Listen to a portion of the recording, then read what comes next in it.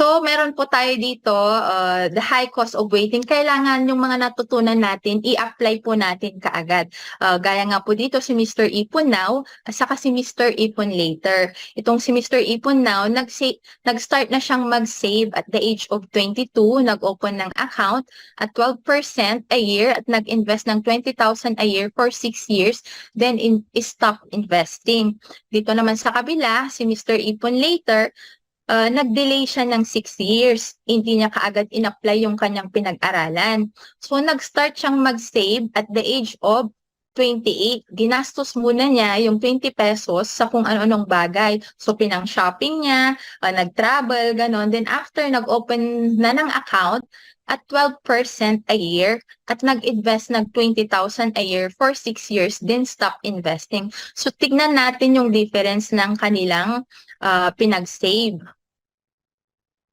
So, ang total ng inipon ni Mr. Save Now ay 120,000 in 6 years. So, ang total is 120,000 at the age of 56 years.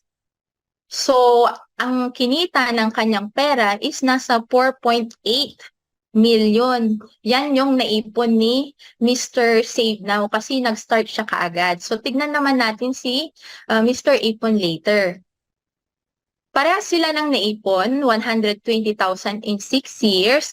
Pero kung titignan natin dito dahil nag-delay ng 6 years si Ipon Later, so ang kinita lang ng kanyang investment is nasa 2.4 million. So napakahalaga talaga na kailangan mag-save na po tayo ng mas maaga. Kasi the more na dinidelay po natin, the more na lesser na nag-grow po yung ating mga pera.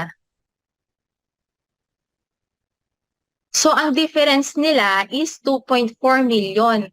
Same amount ang nilagay at the same span of time.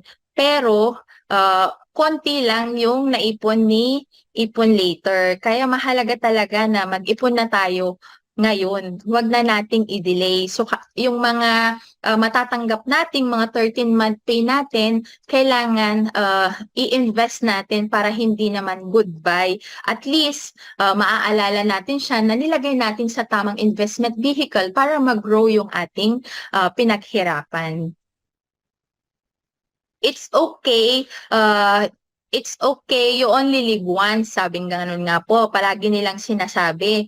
Pero, wag din nating kalimutan na you also grow old. So, kailangan matuto tayong magtabi ng ating mga pinaghirapang pera. Wag laging YOLO. Kasi meron ding yago. What if nasa 30s, 40s ka na, kailangan pinaghahandaan mo na talaga yung retirement years mo para at least hindi ka mag-retire ng broke, 'di ba? So kailangan ngayon pa lang simulan na natin, 'wag na nating i-delay.